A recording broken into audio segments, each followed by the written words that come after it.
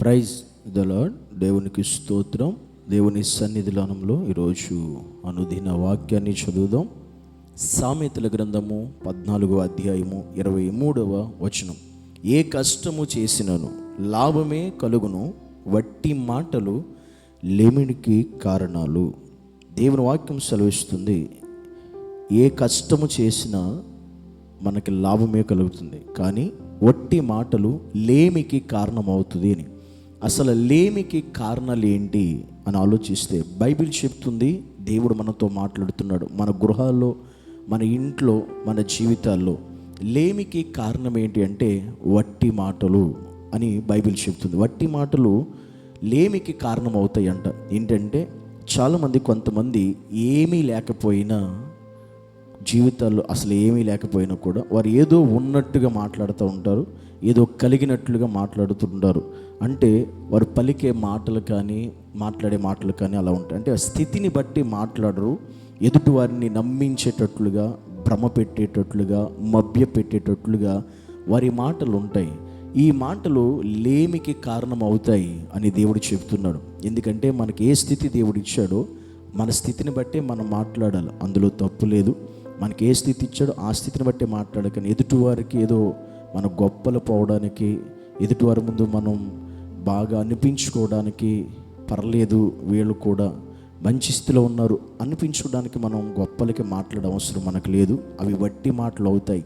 ఆ మాటలే మనకి లేమికి కారణం అవుతాయి అని దేవుని వాక్యం స్పష్టంగా తెలియచేస్తుంది. కనుక మనం మాటలు ఇప్పుడు కూడా ఆ రీతిగా ఉండకూడదు. ఎదుటివారిని పడగొట్టాలని కానీ, ఎదుటివారి గురించి గొప్పగా మనం పోవాలని కానీ, వారు చెప్పుకోవాలని కానీ ఆ ఉద్దేశం వ్యర్థమైన మాటలు మాట్లాడితే మనం లేమికి కారణమవుతుంది. అందుకే వట్టి మాటలు అని బైబిల్ చెప్తుంది. వట్టి మాటలు అంటే వ్యర్థమైన మాటలు, పనికి మాలిన మాటలు, ప్రయోజనము లేని మాటలు అని. అలాంటి మాటలు మనం మాట్లాడడం వల్ల లేమికి కారణం మనమే అవుతాం అని వాక్యం సెలవిస్తూ ఉంది.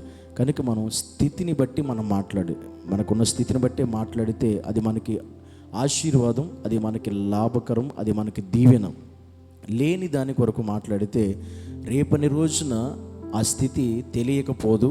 అప్పుడు మనం అవమానం పరచబడతాం, అప్పుడు మనం నవ్వుల పాలు అవుతాం, సిగ్గుపడవలసి వస్తుంది. అందుకే వాక్యం చెబుతుంది, నీ లేమికి కారణం ఏంటంటే నీ వ్యర్థమైన మాటలు, వట్టి మాటలు.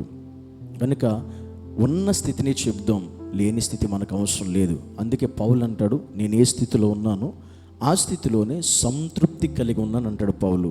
నిజంగా అంతటి గొప్ప పరిశుద్ధుడైన పౌలే చెప్తున్న విషయం.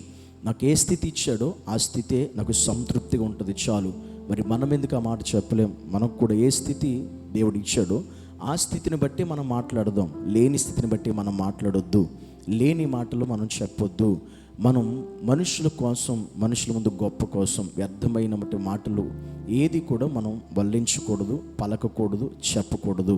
ఎందుకు అంటే బైబిల్ స్పష్టంగా చెబుతుంది, దేవుడు మాట్లాడుతున్నాడు, నీ లేమికి కారణం ఆ వట్టి మాటలే అవుతాయి, ఆ వ్యర్థమైన మాటలు అవుతాయి, ఆ పనికి మాల మాటలు అవుతాయి. కనుక ప్రతి ఒక్కరూ కూడా దేవుని ఎదుట ఈరోజు నీతో నాతో దేవుడు మాట్లాడుతున్నాడు స్పష్టంగా. నీవు కూడా మనుషుల ముందు గొప్ప కోసం ఇలాగ మాట్లాడిన సందర్భాలు చాలా ఉన్నాయేమో. ఒకవేళ ఈరోజు నీకు లేమి అనేది నీ జీవితంలో ఉంటే ఆ మాటలే ఈరోజు నీకున్న లేమికి కారణమయ్యాయేమో ఒకసారి ఆలోచించు. అందుకు ఈరోజు అలాంటి మాటలు వదిలిపెట్టి మానివేసి ఇక నుంచి మన స్థితిని బట్టే, మనకున్న స్థితిని బట్టి, దేవుడిచ్చిన కృపను బట్టి మనం మాట్లాడేటువంటి వారు ఉండాలి. లేని మాటలు, ఏదో ఉన్నట్టుగా పలికే మాటలు మనకి అవసరం లేదు. మనం దేవుని నమ్మిన బిడ్డలు, ఆత్మీయులు కనుక ఆ స్థితి మనకి అవసరం లేదు.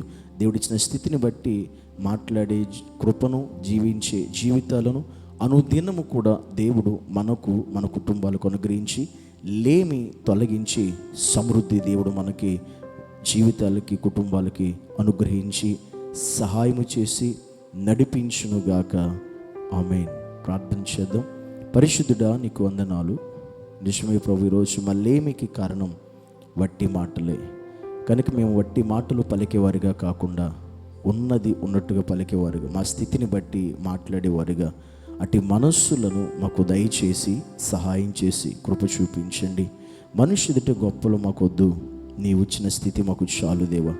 అట్టి కృపను మా అందరికీ అనుగ్రహించి సహాయం చేసి, ఒకవేళ అలాంటి మాటల వల్ల ఈరోజు మేము లేమికి కారణమయ్యామేమో మమ్మల్ని క్షమించి, మమ్మల్ని ప్రభా ఈ రోజు నుంచి ఒక స్థితిని బట్టి మాట్లాడే జీవితం మాకు ఇచ్చి సమృద్ధి కృపతో నింపమని యేసు నామమును బట్టి అలా ఉన్న ప్రతి బిడ్డను క్షమించి నీ సన్నిధిలో ప్రభా నీ కృపతో నింపమని ప్రార్థించి అడిగి వేడుకుంటున్నాము పరమ తండ్రి.